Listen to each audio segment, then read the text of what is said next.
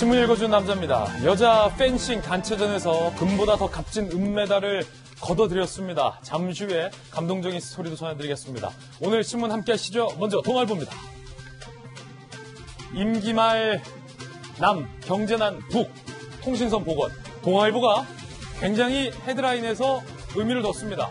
통신선 복원, 임기 말인 우리 대한민국 정부, 경제난을 겪고 있는 북한의 공동의 이익이 맞아떨어졌다는 건데, 자, 일각에서는 이 통신선 복원으로 남북관계에 안정감을 줄 수 있다면 환영할 일이다라는 분석이 나오고 있습니다. 그런데 반면 언제든지 북한이 끊을 수 있는 거였고 이번에도 자기들이 끊었다가 다시 연결된 것이니 큰 의미 둘 건 없다라는 비판적인 시선도 있습니다. 중요한 건 대선을 앞두고 있는 이 시점에 왜 남과 북에 끊겨진 통신선이 연결됐다라는 것을 대대적으로 발표하는 것일까라는 궁금증입니다. 잠시 후에 득과 실 따져보겠습니다. 다음 신문입니다. 이번엔 한국일보입니다. PK 호의 속의 첫 부산행, 윤석열 후보가 부산을 찾았습니다. 국민의힘과 거리를 바짝 좁혔다. 대권 도전 선언 이후에 부산 처음 방문이죠. 모든 일정에 국민의힘 인사들이 동행을 했습니다. 자, 이렇게 부산 지역의 유명한 소주까지 곁들이면서 돼지국밥에 부산 지역에서 유명한 소주까지 마시면서 자리를 가졌습니다. 이준석 대표는 김종인 전 비대위원장을 만나서 대선 전략을 논의할 것으로도 알려지고 있습니다. 김종인 전 비대위원장은 윤석열 후보를 향해서 서둘러서 입당할 필요가 없다라고 계속 장외에서 코칭을 하고 있는데 흥미롭게 전개되고 있습니다. 잠시 후에 살펴보겠습니다. 다음 신문입니다. 이번엔 중앙일보입니다. 50m 짜릿, 100m 소름. 제목이 재밌네요. 황선우 선수가 50m를 정말 빠른 속도로 돌파할 때 지켜보는 국민들 짜릿했고 100m를 빠른 속도로 돌 때도 소름 끼쳤습니다. 150m까지는 1위였습니다. 희망을 봤습니다. 자, 물어봤습니다. 초반에 오버페이스, 그러니까 내 페이스보다 더 오버해서 빨리 힘을 냈던 게 마지막에 뒷심 부족으로 좀 아쉬웠다는 건데 괜찮습니다. 국내 언론뿐만 아니라 외신에서도 기대주다, 메달 주고 싶다, 이런 얘기까지 나오고 있다고 합니다. 잠시 후에 정말로 멋진 여경 살펴보겠습니다. 다음 신문입니다. 이번엔 한겨레 신문입니다. 모더나 백신, 결국 8월로 접종 지연은 없다지만 불확실성은 여전하다라고 한겨레 신문 비판했습니다. 물론 모더나사의 생산 차질로 이번 차질이 발생한 거지만 불확실성은 우리가 무시할 수 없는 거죠. 당국에서 기존 8월분은 예정대로 공급하기로 했다라고 밝혔습니다만 그 이후는 어떻게 될 것인가에 대한 불안감은 잦아들지 않고 있습니다. 오늘 코로나19 신규 확진자가 역대급으로 가장 많이 나올 것이다라는 우려가 이미 어젯밤부터 제기되고 있습니다. 2,000명 가까운 확진자가 나올 것이다라는 불안감도 있습니다. 잠시 후에 뉴스 속보로 전해드리겠습니다. 지금까지 신문 읽어주는 남자였습니다. 오늘 아침 저와 함께 하신 전문가들 소개해드리겠습니다. 정혁진 대표 변호사, 그리고 판사 출신의 법사위 스타 전주혜 의원 모셨습니다. 도직구쇼 좌장인 민주당의 김영주 전 의원, 청와대 출입기자 출신의 이재명 정치부 선임기자 모셨습니다. 어서 오세요.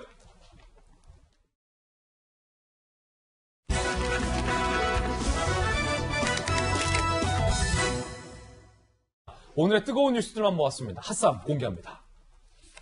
조국 전 장관이 윤석열의 검찰이 가족 인질극을 펼쳤다라고 주장을 했습니다. 앞서서 유시민 노무현재단 이사장이 윤석열 검찰을 비판하면서 가족 인질극을 벌이는 거다, 삼류영화 같다라고 비판한 것과 굉장히 비슷한 표현이었습니다. 이유는 뭘지 살펴보겠고요. 남북 간에 끊겼던 통신선이 복원됐다라는 소식이 들렸습니다만 왜 지금이냐라는 물음이 남습니다. 세 번째는 김경수 전 지사의 구속, 그 이후에 윤석열 후보가 김경수는 주범이 아니다, 정확한 공범관계를 확인해야 한다라고 목소리를 높였습니다. 살펴보겠습니다. 조국 전 장관이 본인 재판 중인데 검찰이 가족 인질극을 벌였다라는 주장을 했습니다. 이유가 뭘까요? 조국, 가족 인질극. 장모 씨, 조민 씨와 H외고 동기가 조 씨를 세미나에서 본 적 없다라고 했다가 영상에 조 씨가 90% 맞다라고 진술을 소위 번복하는 보도 어제 해드렸는데요. 그러자 조 전 장관이 목소리를 높입니다. 특수부가 조국을 잡기 위해 장 씨 가족 전체에 대해서 11번 조사했다. 또 하나의 가족 인질극이다. 자, 이 검찰 수사에 대해서 가족 인질극이다라고 목소리를 높입니다. 윤석열 검찰이 채워놓은 피고인 족쇄를 찾고 언론이 찍어둔 범죄인 낙인을 감내하며 걸어가야 할 길이 멀다! 라고 비판의 목소리를 높였습니다. 자, 오늘 사실은 변호사도 계시고 판사 출신 국회의원도 계시기 때문에 자, 요 문제 좀 한번 따져봐야 될 것 같습니다. 조국 전 장관에게 적용된 혐의가 상당히 많잖아요. 일단은 전주혜 의원님 판사 출신이시잖아요. 네. 본인이 법정에서 진실을 밝혀내기 위해서 본인의 진술을 할 수 있는 모든 권리들을 행사하지 않고 묵비권으로 일궈냈던 조국 전 장관이 다른 모든 혐의들까지 포함해서 가족 인질극을 벌였다. 조국을 잡기 위해서라고 지금 주장하는 것이 법리적으로 어떻게 보십니까? 맞는 얘기입니까? 본인이 저 재판을 받고 있는 입장에서 뭐 어떤 말을 못할 게 있겠습니까? 이제 그런데 지금 이 사건이 지금 8월 11일이 선고 예정이거든요. 얼마 안 남았네요. 네, 그래서 얼마 이제 안 남고 최종 구형까지 2심에서 이제 된 상태고 그래서 근데 이게 저는 이 조민 학생이냐 아니냐 그 세미나장에 있던 사람이 이게 이 사건의 핵심 쟁점이 아니에요. 예. 근데 자꾸만 아주 지엽적인 걸 가지고 지금 본인의 무고함 그리고 또한 검찰 수사가 그런 잘못된 것을 이제 지적을 하는 것 자체가 그래도 일국의 법무부 장관을 지낸 사람으로서 좀 그 선을 넘고 과도하다. 일국의 법무부 장관을 지냈던 분이 할 말은 아니다. 네, 저는 그렇게 생각합니다. 왜냐하면 지금 이 정경심 교수가 이 지금 관련해서 이제 인턴 확인서나 이런 것을 위조한 것이 무려 7건이거든요. 위조나 아니면은 이제 허위 작성한 것이. 그런데 그 중에 이제 하나가 이 서울대 그 공익인권법 센터에서의 인턴 확인서인데요. 근데 이 시기는 이제 2009년 5월 1일에서 14일까지가 그 인턴십 기간입니다. 그리고 세미나는 5월 15일에 있었고요. 예. 그래서 일단 5월 1일에서 14일까지의 기간 동안에 인턴십에 참가했는지 이게 지금 가장 중요한 거 그렇죠. 아니겠어요? 그 세미나를 갔다고 해서 인턴십에 참여를 안 하고 안 갔다고 해서 또 그러니까 거기에 따라서 지금 그렇지. 결과가 달라지는 거 아니에요. 왜냐하면 세미나 갔다고 다 인턴십 했다라고 증명서 내면 그래서 인턴 천지죠. 그렇죠. 그래서 이제 1일에서 14일까지가 이제 그렇다는 거고요. 이 부분에 대해서 오히려 가장 결정적인 진술은 오히려 한인석 당시 교수. 그 센터장의 검찰 진술입니다. 예. 이분이 조민 학생을 본 적도 없고 조민 학생의 과제물을 준 적도 없다. 이렇게 진술을 하고 있기 때문에 센터장이 본 적도 없고 네. 과제물 준 적도 없다고 하면 그게 더 재판에 있어서는 결정적이다. 제가 22년 판사 해본 경험으로는 판사를 22년이나 하셨어요? 좀 더 신빙성이 좀 더 결정적이죠. 그래서 예. 이 지금 자꾸만 이제 이 쟁점을 흐리려고 하고 또 윤석열 총장을 비난하는 말을 또 민주당에서 쏟아내고 있어요. 네. 뭐 이낙연 지금 그 대권 후보도 또 그런 비난을 하고 있고 이게 자꾸만 정치의 장으로 자꾸만 이 재판을 끌어들이고 있다. 저는 이제 이렇게 지금 생각을 하고 있고요. 예. 그렇지만 사법부는 그냥 법과 원칙, 증거에 따라서 정확한 판단을 해줄 것이다. 이렇게 믿고 있습니다. 예. 자, 물론 조국 정경심 교수는 모든 혐의에 대해서 일절 강경하게 부인을 하고 있다는 말씀도 드리겠고요. 정경심 씨의 1심에서는 상당수 혐의들이 유죄로 인정됐습니다. 그리고 2심 선고가 아직 남아있는 만큼 끝까지 2심 선고 결과도 좀 지켜봐야 한다는 말씀도 드리겠습니다만 정혁진 변호사님은 네네. 자, 어떻게 보십니까? 설사 저 영상에 나오는 여성이 조민 양이다.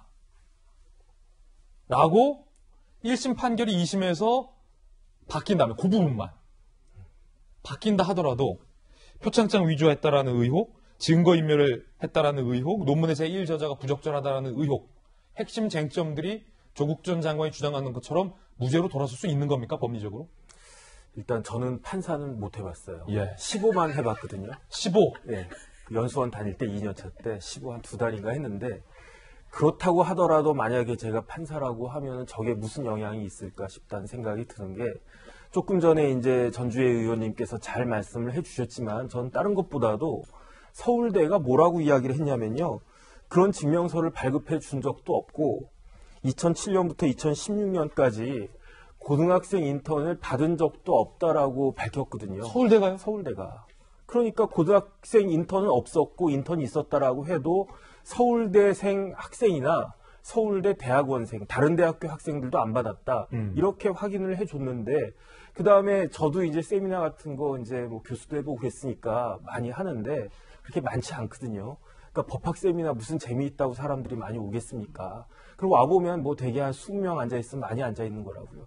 누가 왔는지 다 알 수 있고 그 다음에 그 조민 친구 그 장모 씨가 그 자리에 왔었던 건 사실이고요. 예. 그 다음에 또 그 친구의 또 박모 씨도 또 와 있었던 것도 사실이라고 하니까 그러니까 만약에 조민 씨가 그 자리에 있었다라고 하면 제 생각에는 충분히 왔네 뭐 못 왔네 이런 것들이 그 충분히 이게 그 판별이 되지 않을까 하는 생각이 드는데 예. 계기는 뭐냐면은 그 장 씨의 진술이 번복이 됐다는 이야기거든요. 그 다음에 이제 또 조국 전 장관이 이렇게 좀 격앙된 게 11번이나 조사를 하고 그 다음에 심지어 3시간 반 공백이 있었다 이렇게 이야기를 하는데 제 경험상 이제 변호사 하면 이제 클라이언트가 같이 가달라고 하면은 검사실 간단 말이에요. 저런 일들이 그렇게 드물지 않습니다. 왜냐하면 피의자인데 검찰에서 이 혐의를 밝히기 위해서 필요하다라고 싶으면 10번, 20번도 불러요. 참고인들도. 저도 그렇게 따라가 본 적이 있고, 그 다음 처음에 이렇게 그 검사가 부르면 검사실에 딱 들어가면은 검사방이 그 안에 또 있거든요. 그럼 검사가 이제 참고인들 이렇게 불러가지고 이러이러한 수사를 하는데 참고인이시니까 좀 잘 좀 밝혀달라 이렇게 부탁을 했다가 하는 경우도 있고 하기 때문에 그렇게 그 드문 일은 아닌데 이걸 가지고 마치 엄청난 그러한 수사가 부당한 수사가 있었던 것처럼 말씀하시는 거는 좀 실물을 잘 모르시는 것이 아닌가 그런 예. 생각이 들고 마지막으로 결정적으로 장모 씨가 뭐라고 얘기했냐면은 검찰에 부당한 수사 없다고 그랬어요. 뭐 협박이나 그런 거 없었고 그냥 뭐 여러 번 불렀다 그 정도인데 그거 가지고 수사가 잘못됐다라고 이야기하기는 어렵지 않나 하는 생각이 듭니다. 자, 두 분의 법리적인 견해 들어봤습니다. 문제는 여당의 주요 주자들도 그리고 주요 정치인들도 조국 전 장관을 거들면서 윤석열 때리기에 나섰다라는 겁니다. 먼저 윤호중 의원의 이야기 들어보시죠.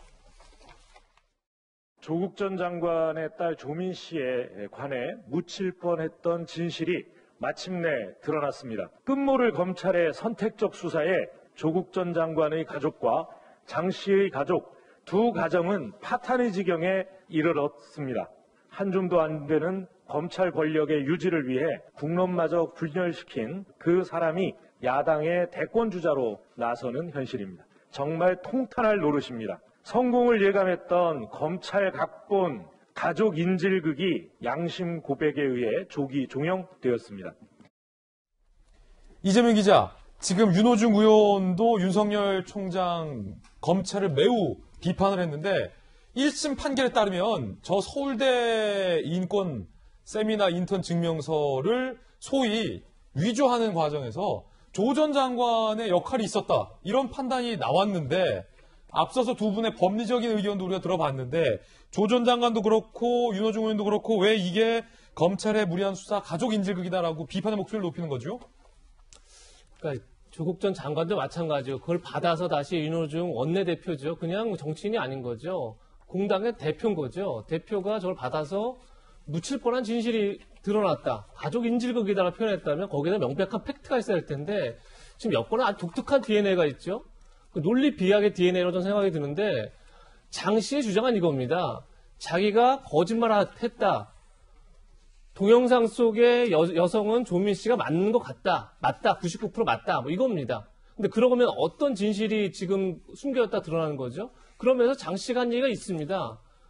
검찰을 매도하지 말라. 검찰은 나한테 나를 존중했고 검찰이 어떤 협박이라든지 위협은 없었다. 다만 내가 나의 보복심 때문에 우리 가족은 너를, 그러니까 조민 씨를 의미하겠죠. 너를 도와줬는데 너로 인해서 우리 가족은 피해를 봤다. 이런 보복심 때문에 거짓 진술을 한 것 같다. 억측의 주장을 한 것 같다라는 게 지금 장 씨의 주장인데 딱 거기까지인 겁니다. 거기서 어떤 진실이 달라진 거죠? 조금 전에 전주혜 의원님 잘 설명해 주셨지만 이번 논쟁의 핵심은 뭐냐면 2009년 5월 1일부터 2009년 5월 15일까지 보름 동안 서울대 국립인권센터에서 조민 씨를 포함해서 당시에 그 외국에 유학반 학생들이 인턴을 했느냐 안 했느냐입니다. 그런데 지금 세미나에 마지막 날 세미나에 참석한 동영상 자체가 그 인턴을 했다는 거에 대한 증명이 되지 못하죠. 그래서 정경심 1심 재판부는 어떻게 판단했냐면 단순히 조민이 맞다 틀리다에 대해서 증언을 신경 쓴 게 아니라 여러 가지 정황을 봤는데 그중 하나가 뭐냐면 바로 그 기간 인턴을 했던 2009년 5월 1일부터 15일까지 당시 외국 유학반이 AP 시험이라는 걸 봤다는 겁니다. AP 시험이 뭐냐면 미국의 대학의 학위를 미리 취득하는 시험입니다. 예. 굉장히 중요한 유학 시험인 거죠. 근데 당시에 조민 씨가 4과목 중 3과목을 만점을 받았다는 겁니다. 이렇게 보려면 다른 인턴 활동을 할 수가 없다. 이런 합리적 의심을 한 거죠. 거기에서 당시 똑같은 얘기를 법정에 똑같이 했습니다. 당시에 어떤 인턴 활동도 한 바 없다고. 그러니까 동영상 속에 조민 씨가 맞다는 얘기와 인턴 활동 하지 않았다는 얘기가 양립되지 않는 거죠. 장 씨도 인턴 활동 하지 않았다고 증언을 했습니다. 예. 어떤 진실이 달라진 거죠, 도대체? 그러니까 그런 점에서 물론 조국 전 장관 입장에서는 그나마 본인들 유리한 하나의 증언이 나왔기 때문에 어떤 재판에서 뭔가 좀 유리한 국면을 만들고 싶지 모르겠지만 이건 좀 재판을 하고 있는 겁니다. 정치적 쟁점을 통해서 무슨 공방을 하고 있는 게 아니라고요.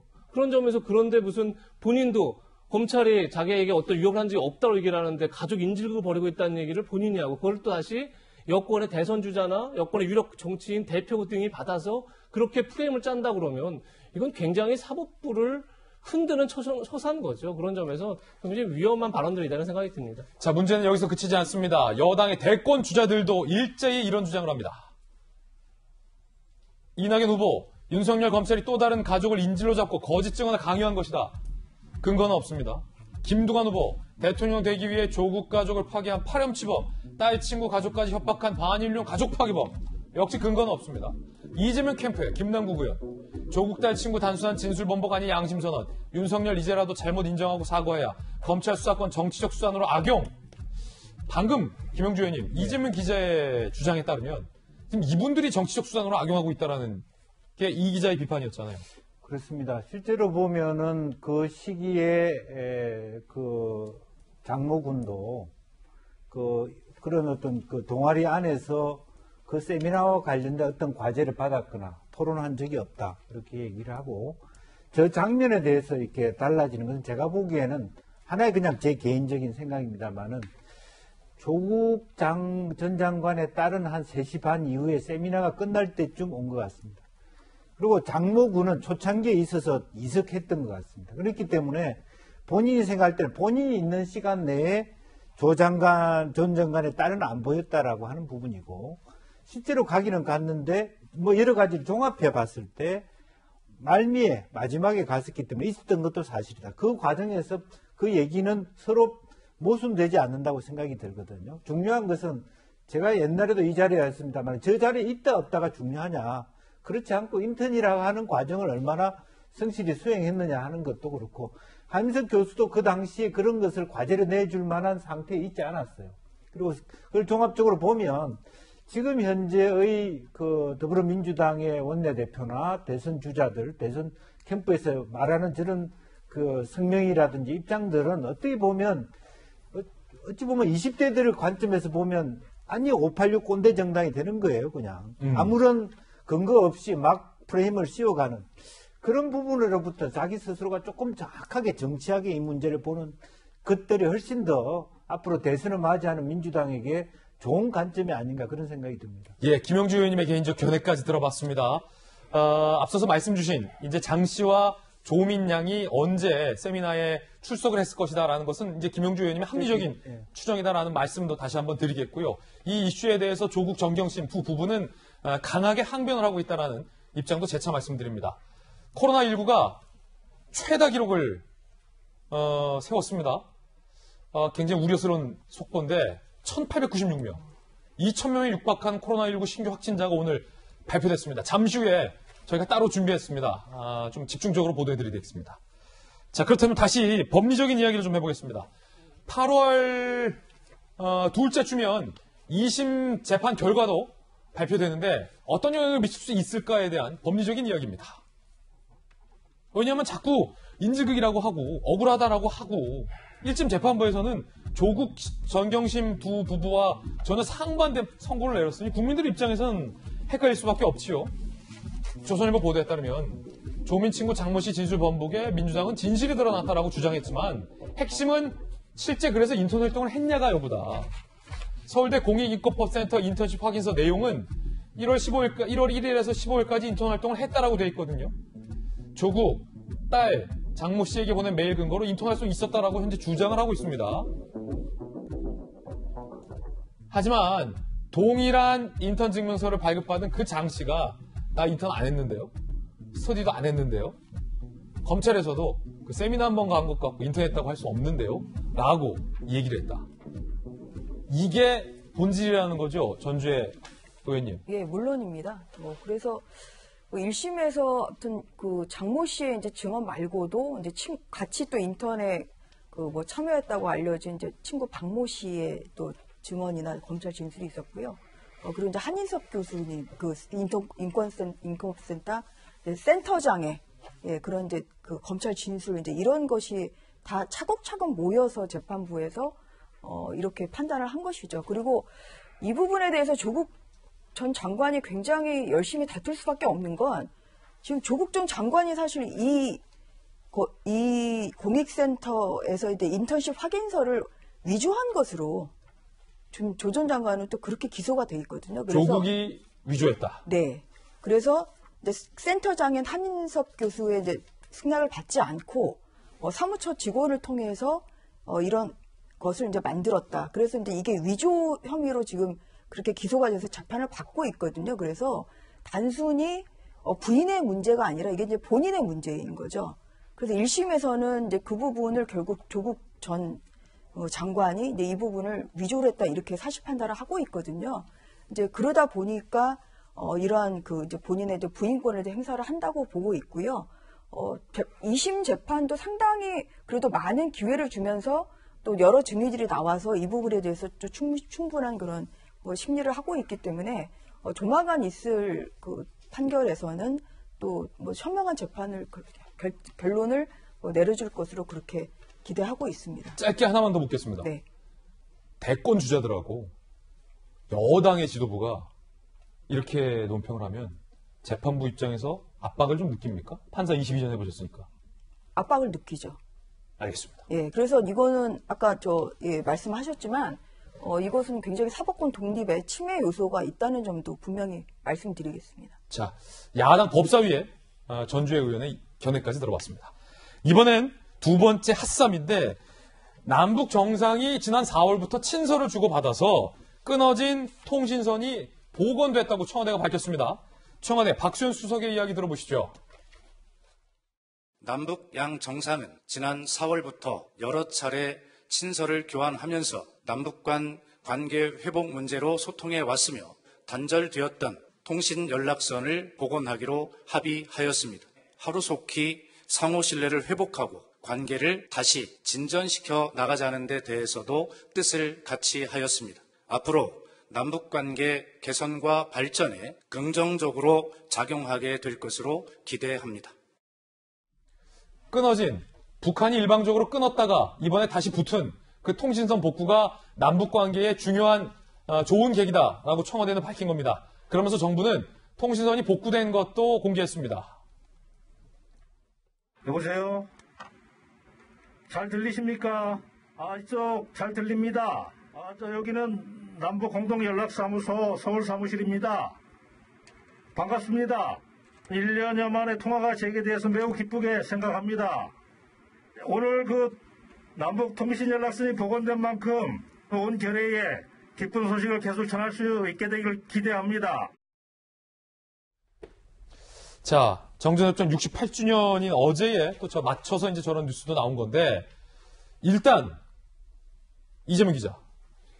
이게 왜 끊겼는지부터 좀 알아봐야 될 것 같은데, 왜냐면 이게 처음 연결된 것도 아니고 그간에 계속 연결돼 있었고, 사실은 남북이 합의한 바에 따르면 어떠한 경우에도 이거는 끊지 말자. 남북 간에 항상 연락할 수 있는 수단은 상존하게 하자라는 협약 비슷한 것이 남북 간에 있어서 계속 사실은 이게 유지되어 왔어야 하는 것인데 이게 왜 끊긴 거고 누가 끊은 거고 왜 끊었던 겁니까 애초에? 북한이 끊었죠. 지난해 6월 달에. 그러니까 대북 전단 살포를 명분으로 그래서 통신선을 끊고 그리고 직후에 남북 개성에 있는 남북 연락사무소를 폭파시키고 일련의 과정 속에 있었던 거죠. 그러니까 사실 통신선을 끊는 거는 북한이 남북관계 문을 닫을 때 이 의례적으로 가장 먼저 했던 겁니다. 그리고 다시 또 본인들의 필요에 의해서 남북관계 문을 열어야겠다 할 땐 또 의례적으로 통신선 연결을 또 했던 거고요. 그렇기 때문에 어제 뭐 통신선 연결을 두고 뭐 비난할 문제도 아니지만 그렇다고 이걸 무슨 남북관계의 성과처럼 기뻐할 문제 전혀 아닌 거죠. 그야말로 북한이 필요해진 거죠. 지금 다시 남북관계가. 그렇기 때문에 아까 전에 동아일보 일면 제목 자체가 임기 말에 있는 현 정부도 어떤 남북관계를 개선해야겠다라는 분명히 필요성을 갖고 있고 그리고 지금 경제난에 빠져 있는 북한도 뭔가 남북관계를 통해서 이 경제난을 극복해야겠다라는 필요가 있는 거죠. 그러니까 코로나 때문에 지금 사실 국경 봉쇄로 김정은 위원장이 직접 알고기 부족하다라고 표현할 정도로 굉장히 식량난이 심각한 상황인 거죠. 그런 점에서 뭔가 양쪽의 이해관계가 맞은 건데 그렇기 때문에 지금 그러니까 앞으로 그럼 통신선 연결했다 이것까지는 뭐 이제 어쨌든 간에 한나라를 보고 난 건 뭐 잘한 일인데 그럼 그 다음부터 어떻게 협상이 이루어지고 어떤 만남이 이루어지냐가 되게 중요한 건데 문제는 동아일보가 임기 말에 한 표현한 것처럼 늘 협상에서 가장 불리한 건 시간에 쫓기는 거죠. 지금 문재인 정부는 임기가 10개월 남았습니다. 여기에 쫓겨서 뭔가를 성과에 급급해서 협상하려고 그러면 오히려 북한에 말릴 수 있겠죠. 그런 점에서 이 통신선 연결 자체가 그렇게 큰 의미를 부여하는 것 자체가 제가 볼 때는 오히려 굉장히 위험할 수 있다는 생각이 듭니다. 자, 이재명 기자의 견해였는데 논란은 이겁니다. 북한의 필요에 따라서 그리고 우리 정부의 대선을 앞둔 임기 말 필요성에 따라서 끊겼던 통신선이 복구되긴 했습니다만 과연 우리 측이 마땅히 물어야 할 것에 대해서 북한에게 물었느냐라는 논란이 있습니다. 이건데 북한이 통신선만 끊었다면 문제는 없었겠습니다만 저렇게 남북 공동 연락 사무소를 북한이 일방적으로 폭파시켜버렸습니다. 김여정의 비난 이후에. 자, 우리 국민들의 일정 정도 세금까지 들여서 지어놓은 거고 유지보수까지 한 거고 이건 대한민국의 재산이 상당수 포함되어 있는 걸 북한이 일방적으로 날려버렸는데 이에 대해서 우리 정부가 지금까지 마땅히 책임을 묻지 않았습니다. 이에 대한 비판 여론도 존재했는데 북한의 필요성에 의해서 어찌 보면 통신선 복원이라는 게 뭐 남북의 공동 합의가 있었겠습니다만 이루어졌는데 이에 대해서 기자들이 물었습니다. 북한의 사과가 있었냐? 이 말은 북한에게 사과를 요구했느냐? 앞으로 협의해 나갈 문제다. 청와대가 이렇게 답변했습니다. 앞으로 협의해 나갈 문제. 이게 우리가 북한에게 배상 및 사과를 요구했는데 북한이 응답하지 않았다는 뜻인지 아니면 아예 청와대가 책임조차 묻지 않았다는 건지는 알 수 없습니다만 적어도 북한에 대한 사과를 받지 못했다는 것만큼은 명확해 보입니다. 서해 공무원 피격, 전방위 해킹 공격, 미사일 발사, 공동사무소 폭파 등에 대해서 전혀 언급이 없었다라는 부분이 현재 논란입니다. 북한 문제 전문가인 김영주 의원님, 남북관계 특수성이 있고 임기 말에 어떻게든 남북관계를 안정적으로 하는 것은 굉장히 긍정적입니다. 통신선 복원도 긍정적이라고 평가할 수 있을 텐데 물어야 할 것은 물어야 하는데 이거 과연 청와대가 이번에 물었을까요? 책임을? 그러니까 이제 기본적으로 통신선을 복구하면서 북한에 책임이 있는 관계자가 뭐 김정은이면 훨씬 더 좋겠습니다만은 어쨌든 책임 있는 대표가 개성 남북 연락사무소 그런 어떤 파괴 일방적인 어떤 그 단절과 폭파에 대해서 공식적인 사과할 것을 정부가 요청해야 됩니다. 그런 것들이 충분히 있으면서도 우리가 그야말로 이제 바이든 행정부와 한미 간의 정상회담에서 북한이 보기에는 상당히 북한의 이로운 결론이 나왔다고 보기 때문에 이번에 이것이 북한이 받아들여지는 형태거든요. 사실은 이것도 바람직한 건 아니죠. 왜 자기네들이 판단해서 이롭다고 해서 받아들여져서 하는 거냐. 구걸하는 형태로는 절대 안 되고 앞으로 어떤 것을 말하자면 어떤 의료라든지 아동복지에 관련된 부분을 지원을 하더라도 실제로 그런 사과를 전제 조건으로 해서 서해 공무원 어떤 살해 사건이라든지 그런 부분을 전제로 해서 우리가 그래할 것은 그래하고 인도적으로 도울 것은 도와주는 그런 입장을 명백히 할 필요는 있다. 그렇게 생각이 들고 앞서 이재명 기자가 언급한 바가 있습니다만은 임기 말에 쫓겨서 여러 가지 이벤트를 만들기보다는 지금은 오히려 바이든 행정부가 하는 것처럼 아래로부터 실무적 차원에서 차곡차곡 쌓아가고 정상회담까지는 나아가지 않는 상태에서 다음 정부가 이어가는 것도 좋은 방안이라고 생각이 듭니다. 자, 이 남북 통신선 복원을 두고 여야의 반응이 극명하게 엇갈렸습니다. 여야의 반응 소개해드립니다. 먼저 민주당, 소나기처럼 시원한 소식, 한반도 관계에 청신호가 켜졌다라는 긍정적인 평가. 국민의힘, 대선 앞두고 남북관계 국내 정치 이용하려는 쇼라는 의구심이 든다라는 부정적인 반응이 나왔습니다. 자, 여야 어떤 정치적인 얘기를 떠나서 정혁진 변호사님, 국방부에 계셨잖아요. 네네. 적어도 어떤 분들은 또 이래요. 그거 왜 책임 안 물었냐라고 기자들이 묻는 거에 대해서. 그러면 남북관계를 파국으로 몰고 가느냐 라고 또 이렇게 비판하는 분들인데 그거는 대화하지 말자는 거고. 네네. 북한과 남한의 판단에 따라서 대한민국과 북한의 판단에 따라서 합의한 상태에서 통신선을 복원했을 때 적어도 북한이 일방적으로 끄는 거에 대해서 우리가 불쾌감이나 우리가 요구할 것은 요구해야지. 이게 대등한 관계잖아요. 협상을 하더라도 대등하게 하거나 우리가 우위에 있어서 협상을 해야 되는데 자기들이 끄는 거를 일방적으로 끄는 거에 대해서 우리가 아무런 책임도 묻지 않고 급기야 우리 재산을 날려버린 거에 대해서도 그럼 언제 책임을 물을 거냐.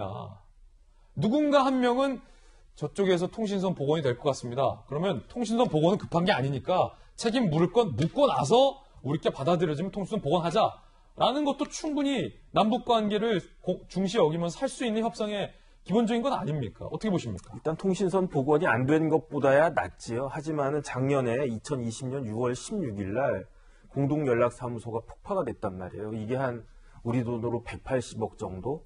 저는 다른 분들은 모르겠고 저는 개인적으로 어떤 생각이 들었냐면 우리가 선의를 베풀었는데 그 선의가 허물어지는 느낌을 받았어요. 쉽게 말하면 제가 동생이 있는데 제 동생한테 제가 아주 큰맘 먹고 비싼 거 선물을 딱 줬더니 그거 몇 번 쓰다가 그냥 제 눈앞에서 그걸 갖다가 내동댕이 치면서 깨트린 그런 느낌.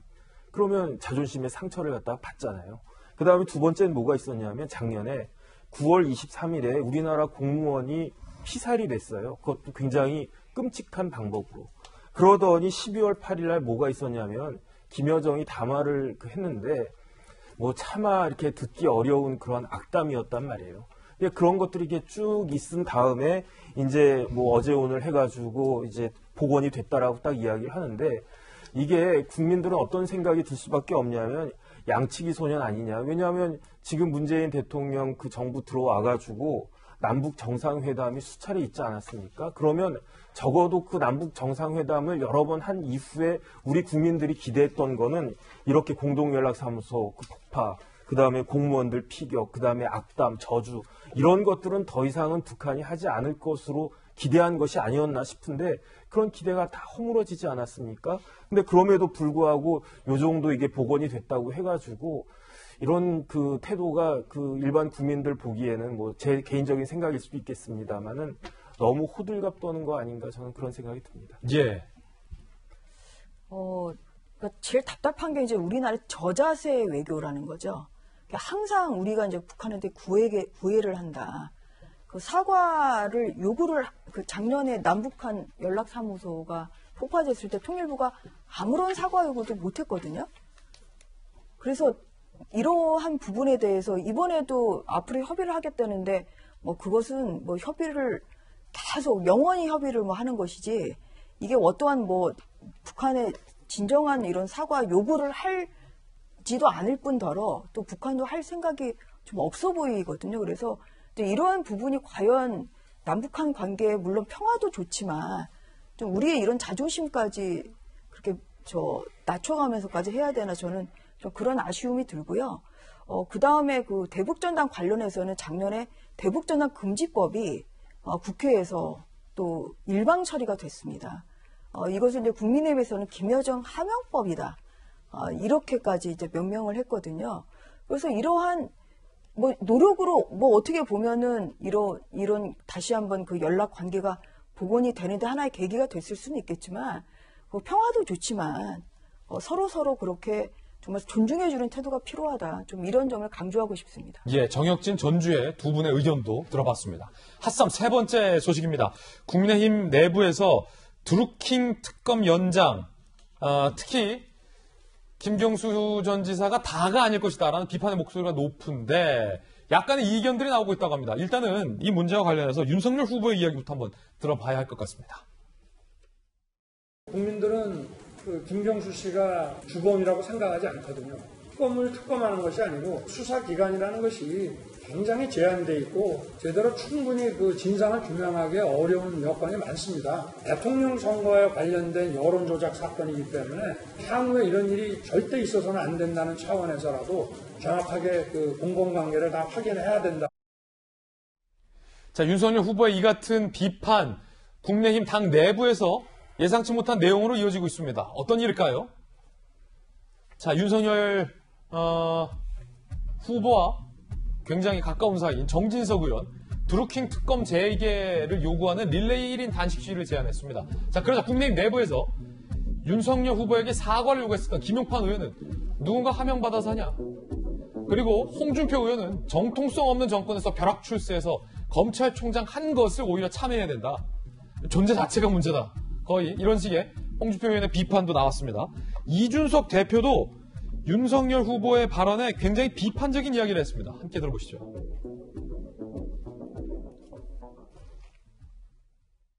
특검을 특검하러가 되는 거거든요. 저는 이거는 약간 논리적인 모순이 생길 수 있다. 사실 어려운 특검 한 거고. 그런데 지금 와가지고 이 결과에 만족하지 못해 특검에 특검하라는 정치적인 주장은 될 수 있겠지만은 우선 민주당이 받아줄 수도 없고요. 왜냐, 논리가 약해. 자, 국민의힘 내부에서 다른 소리가 지금 나오고 있는 겁니다. 소위 윤석열 후보와 이준석 대표의 생각이 다르고 국민의힘 내부에서 윤석열 계와 그렇지 않은 의원들의 요구도 다른 겁니다.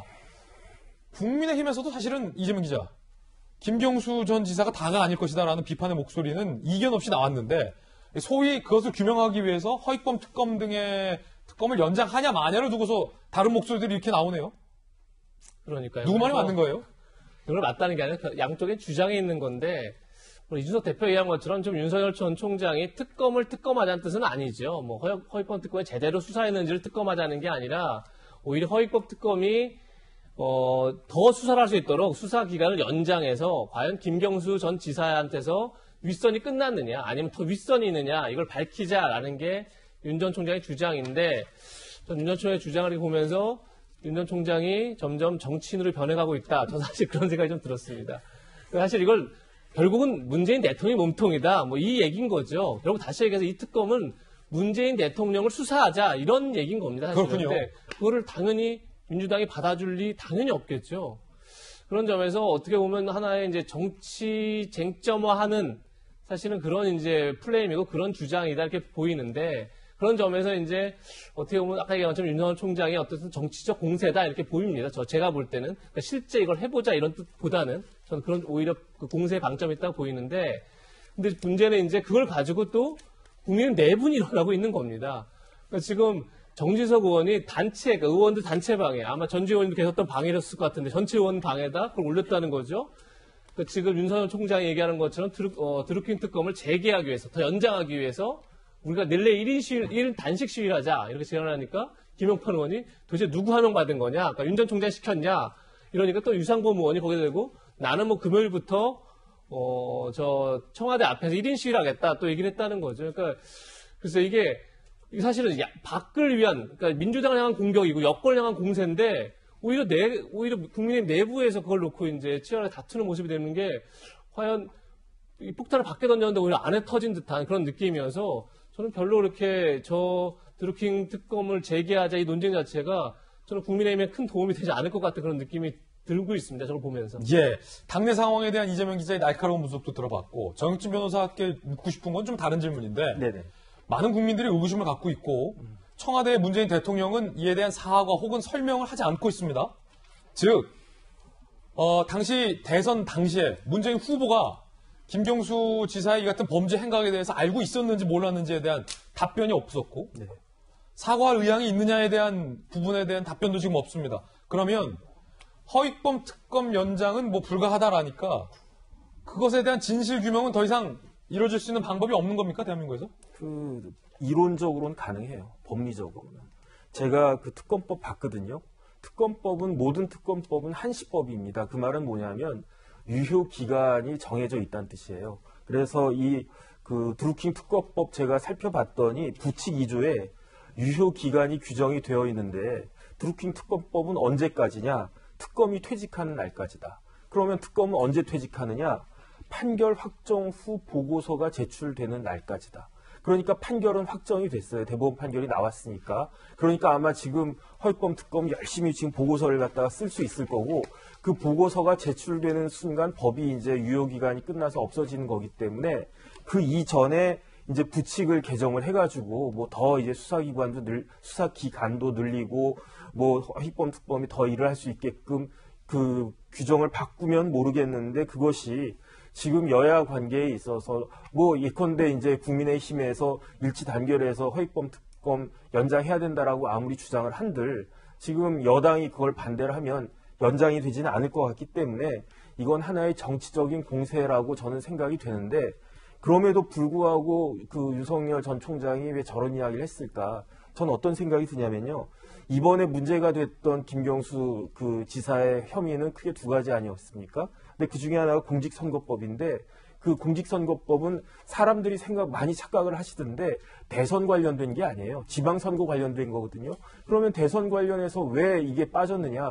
드루킹이 실질적으로 큰 영향을 미쳤던 건 대선 관련한 것이었는데 그거는 공직선거법에 6개월 공소시효가 있었기 때문에 그런데 그 공소시효에 대한 유일한 예외가 누구냐면 사실은 문 대통령이에요. 왜냐하면 헌법에 의해 가지고 공소시효가 정지가 되어 있기 때문에 그렇기 때문에 이런 부분까지도 윤 총장이 건드리고자 하는 건가 하는 의구심은 사실은 있는데 지금 현실에 있어서 이게 연장될 가능성은 저는 없다고 봅니다. 예, 정영진 변호사의 의견까지 들어봤습니다.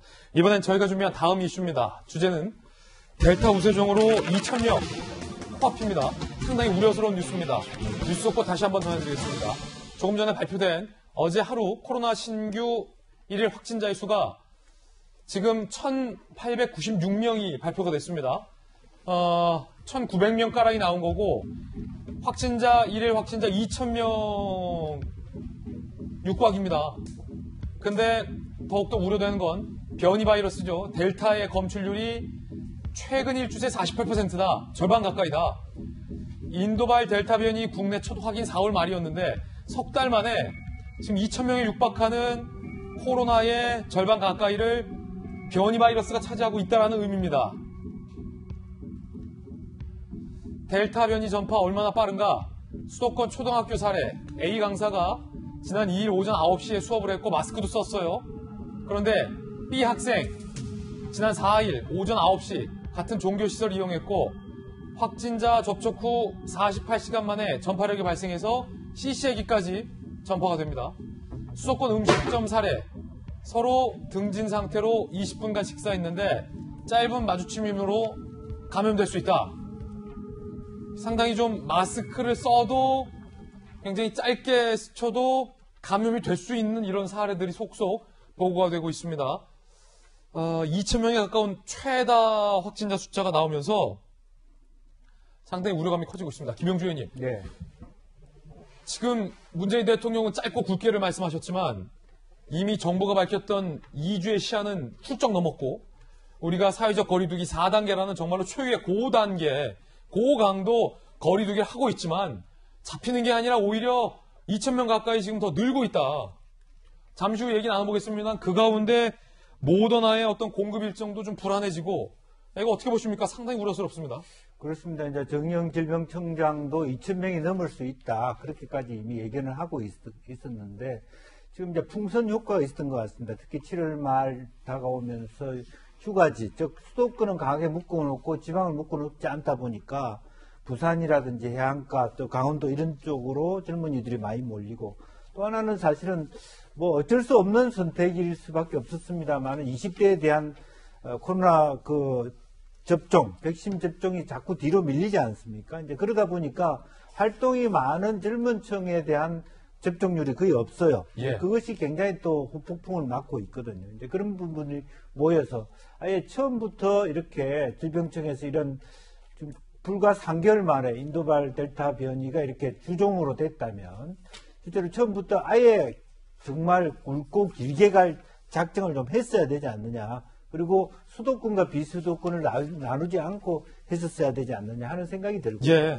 또 다른 한편으로 완전히 패러다임을 바꿀 필요가 있습니다. 지금 상태에서. 지금 매우 기니까 짧게 갑니다만은 이게 독감 시기에 일일 평균 지난번에 어떤 서울대 교수님 말씀하셨는데 확진자가 5,000명이라는 거예요. 그런 면에서 일일 평균 2,000명이라고 하는 확진자에 대해서 너무 많이 긴장하는 거 아니냐. 이런 면에서 다시 한번 좀 물론 전제는 빨리 우리가 모더나나 화이자나 빨리 해서 더 많이 백신을 갖고 들어와서 그야말로 30대가 아니라 40% 이상 50% 가까운 접종률을 1차만이라도 하는 것이 전제로 되어야 되겠습니다만은 그것을 통해서 패러다임을 바꿀 필요도 있다. 저는 그렇게 봅니다. 예.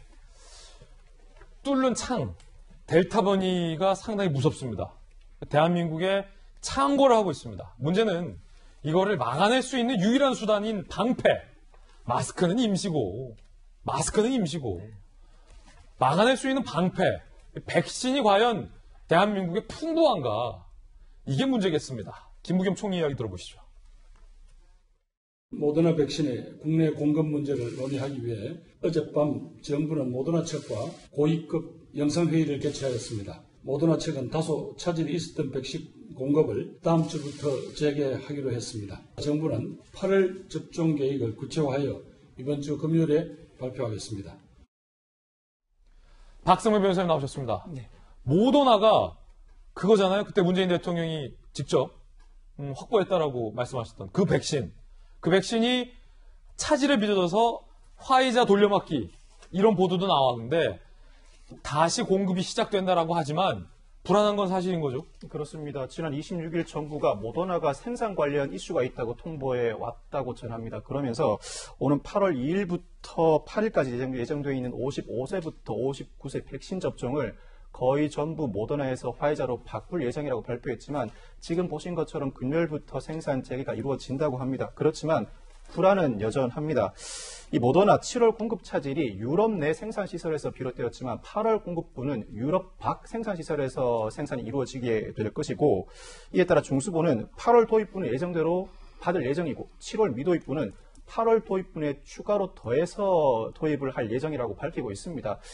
정부는 이 애초 계획대로 전 국민 70%의 1차 접종을 9월까지 마칠 수 있다고 아직까지는 자신하고 있지만 난제가 상당히 많습니다. 지금 보신 것처럼 생산이 상당히 불안정한 모더나의 이 부작용 문제로 사용 연령이 제한된 아스트라제네카나 얀센 거기에 주요국에서 아직 제대로 허가를 받지 못한 노바백신 등 백신 공급과 관련된 난제가 상당히 많이 쌓여 있어서 정부의 목표가 원활하게 달성될 수 있을지 상당히 미지수인 상황입니다. 예.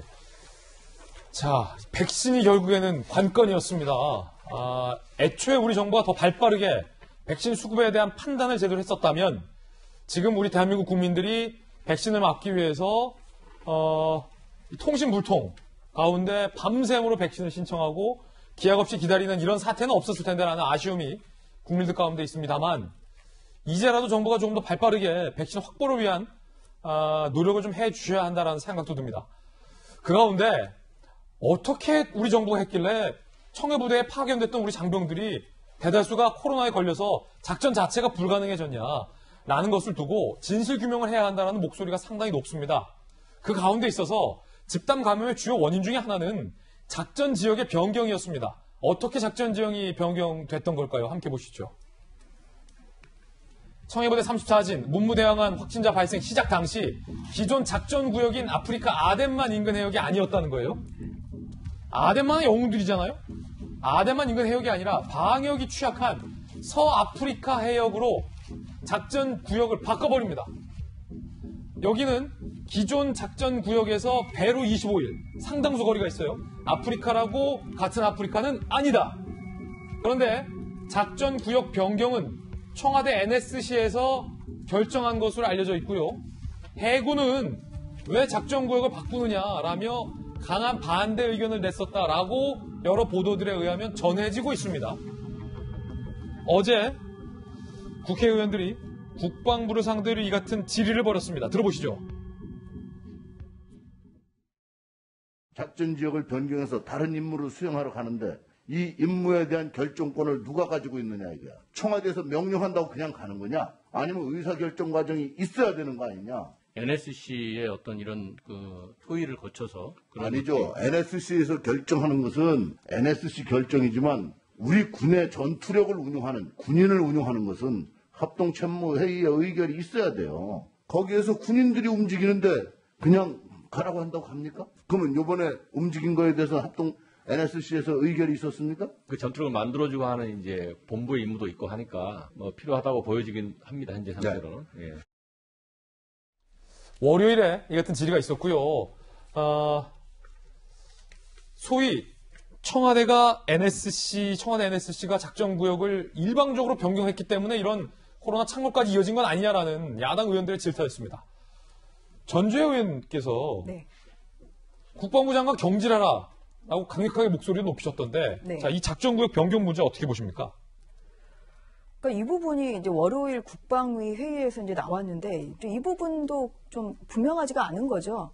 좀 알려진 바에 따르면 해군 참모총장은 반대를 했는데 NSC가 주도적으로 결정을 하다 보니까 청와대가 예 이렇게 이제 된 것이다 좀 이러거든요. 그런데 청와대는 아무튼 여기에 대한 지금 뭐 입장 표명이 없어요. 그래서 이게 결국은 가장 이제 결정적인 것 중에 하나가 결국은 이런 작전구역 변경이기 때문에 여기에 대해서 청와대가 입장 표명을 해야 되는 것이고요. 또 그 부분에 대해서 아무리 뭐 군사상의 뭐 기밀이라고 하더라도 그래도 책임 있는 사과가 다시 한번 나와야 된다. 이렇게 생각하고 있습니다. 그리고 국민의힘은 국방부 장관의 이제 경질뿐만 아니라 이제 국정조사서를 월요일에 제출했거든요. 국정조사요? 네. 근데 왜냐하면 그 월요일에 국방위에서 이제 나온 그런 질의응답만으로는 사실 뭐 책임이 소재를 이제 밝히기가 좀 쉽지는 않은 것이고, 그리고 국방부에서 이제 감찰을 하고 있지만 이건 셀프 감찰이다. 이제 그러한 한계가 있을 수밖에 없는 것입니다. 그리고 그날 아쉬웠던 점은 그 서욱 장관이 나와서 이 함대가 임무를 완수를 못하고 이렇게 90%가 확진자가 발생을 해서 이렇게 조기에 복귀하는 건 전 세계 해군사에 없는 정말 국가 망신이거든요. 근데 뭐라고 얘기했냐면은 성공적인 임무 수행을 했다. 예. 근데 이렇게 오히려 국민 연장을 드리는 이런 발언을 했죠. 그리고 또 그 며칠 전에는 무슨 일이 있었습니까?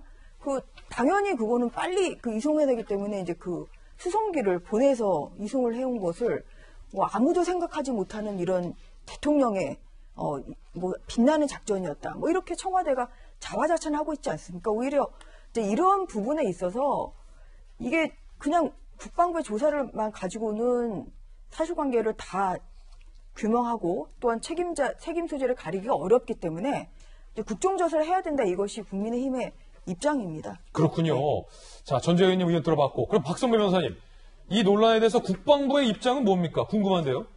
NSC가 사실상 독단적으로 결정했다는 보도에 대해서 국방부가 해명에 나섰습니다. 당시 해당 해역에서 해적에 의한 선원 피랍 사건이 2건이나 발생한 상황이었고, 또 다른 피해를 예방하기 위한 차원에서 결정이 이루어졌다. 그 결정 과정도 합참과 작전부대 의견 수렴을 통해서 충분한 논의를 거쳐서 NSC의 최종 결정이 이루어지게 된 것이다라고 해명을 했습니다. 그렇군요. 국방부의 해명까지 전해드렸고 청와대 입장 나면 보도해드리겠습니다. 이번엔 저희가 준비한 다음 이슈입니다. 이제 대선 소식으로 가보겠습니다. 윤회 행보 그리고 이이 갈등 여야 대선 소식 준비되어 있습니다. 먼저 윤석열 후보가 부산을 갔습니다. 부산.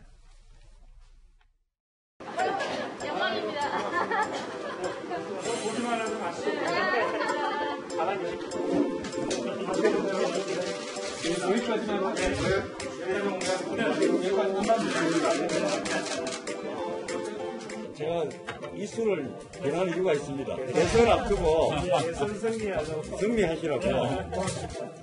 자, 우리 총장님 휘팅하시라고. 지역구 지원님이죠. 선배님이 할 건데. 네, 건강하시고 대선 꼭 좋은 결과. 자, 야야.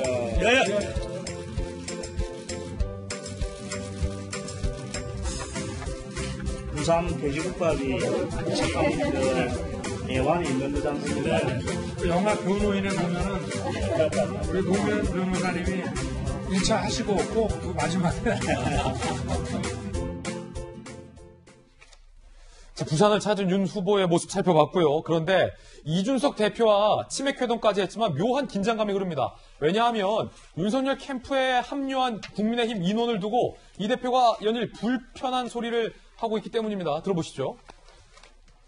저는 그 징계나 이런 것도 조건을 명확히 합니다. 저는 제가 윤 총장한테 농담 삼아서 반농담 진담으로 이야기 이렇게 했습니다. 총장님 8월에 입당 안 하시면 저 사람 제명이에요. 저 사람 제명이에요. 근데 진짜 그건 제명할 수밖에 없습니다. 왜냐하면 저희 당원 당규에 사실상 해당 행위에 대한 규정들이 있거든요. 국민의힘의 전 비대위원이었던 김병민 비대위원이 윤석열 캠프의 대변인으로 간 것과 관련해서 윤 후보가 입당하지 않으면 김병민을 제명시키겠다. 사실 국민의힘 내부에서는 윤석열 캠프에 합류한 국민의힘 전현직 인사들에 대한 징계가 해야 되는 건 아니냐라는 목소리, 논란도 현재 있는데 윤 후보가 이에 대해서 불편한 심경을 내비쳤습니다. 공당이기 때문에 당의 인사의 그 캠프에 그 당 관계자들이 관여를 하게 되면 뭐 그런 말이 나올 법도 합니다만은 뭐 바람직한 건 아니라고 생각합니다. 김영주 의원님 이 문제 어떻게 보십니까? 저는 이렇게 옛날에 박은순 그 시장이 처음에 무소속으로 당선됐어요. 그때 당에서 손학규 대표 때인데 저를 부시장으로 보냈습니다. 입당해 와라. 미션이 있어요. 그러니까 지금 보는 관점을 징계다 이렇게 할 것이 아니라 잘 도와서 우리 당으로 모셔와라. 예. 그렇게 해서 당에서 사실은 어떤 면에서는 좋은 관계 속에서 사람들을 보내주고 보호해주는 게 저는 맞다고 보는 거죠. 이 대표가 이게 징계 모드로 갈 게 아니다. 그렇죠.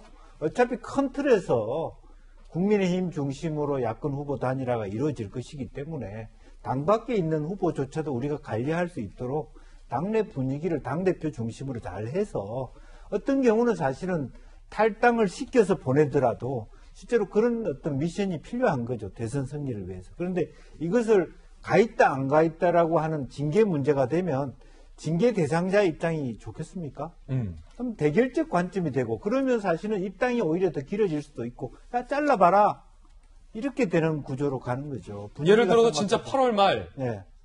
9월 1일이 딱 됐어요. 네. 그런데 입당을 안 하고 있어요. 네. 그럼 이제 이 대표가 진짜 김병민을 제명하냐? 네, 징계하겠죠. 징계하는 사람이 기분이 아주 안타까워야 되는데 시원하다 그렇게 되면 어떻게 되겠습니까? 그땐 파국으로 갈 수도 있다. 그때 되면 국민의힘 당과 윤석열 당의 후원금이 더 많이 걷히면 어떻게 할 겁니까? 예. 저는 그 굉장히 위험한 발상이라고 생각하고 실제적으로 보면 유진석 대표가 다시 생각해야 된다 생각합니다. 제 개인적인 견해입니다. 제가 할 말을 김영주 의원님이 개인적인 견해까지 해주셨어요. 그런가 하면 이제는 여권에서 윤 후보를 공격하고 있습니다. 연결실 때 졸았다는 겁니다. 전 대통령 정무수석, 최재성 전 정무수석이 문제 삼았습니다. 윤석열 후보가 월주 수님 연결식에서 120분 내내 졸았다. 이 정도면 그냥 잔 거다. 지도자 격은 물론 예의도 없다 비판했고 윤석열 후보 측은 억지로 깠다. 120분 내내 윤석열만 보고 있었냐? 라고 반박하고 있습니다. 그리고 정청래 의원은 윤 후보가 쩍벌을 했다며 문제 삼았습니다. 태도가 불량하면 사람을 불쾌하게 한다. 라며 윤 후보가 다리를 쩍벌하고 있다. 라는 걸 문제 삼았습니다. 영상도 보시죠. 다리가. 근데 저기 가려져 있잖아요. 그렇죠. 발은 보이잖아요. 네, 발은 보이네. 다른 영상도 있습니까? 자, 쩍벌이 좀 있긴 하네요. 정청래 의원 얘기대로. 근데 이재명 기자, 이 문제는 어떻게 봐야 됩니까? 글쎄, 어떻게 봐야 될까요? 그러니까 뭐 쩍벌이 약간 습관화돼 있죠. 지금도 박범계 장관하고 만난 자리에서도 저렇게 했고 사실 여러 명을 만날 때 이제 지금 이준석 대표를 만날 때도 상당히 쩍벌이네요. 근데 글쎄 뭐 저걸 뭐 본인 습관인데 뭐 저게 타인에게 방해가 된다거나 쉽게 저희가 이제 지하철 같은 데서 저렇게 하는 걸 굉장히 이제 부도덕한 일로 보죠. 타인에 대한 배려가 없는 걸 보기 때문에 뭐 타인에게 불편함을 줬거나 아니면 보는 사람에게 약간 진짜 뭐 불편을 준다면 모르겠는데 뭐 저거 자체가 큰 문제는 아닌데 지난번에 첫 번째 기자회견에서 도리도리를 많이 했다 할 때 이제 김영주 전 의원께서 그런 말씀 하셨어요.